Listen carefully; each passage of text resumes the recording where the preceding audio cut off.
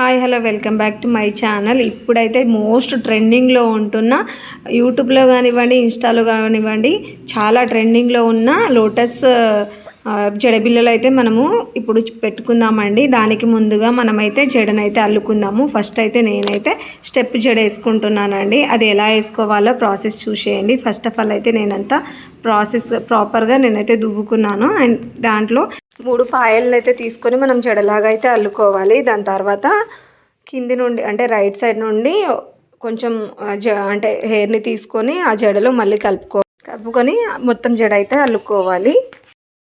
అలాగే same process కింది వరకు అయితే అల్లుకోవాలి.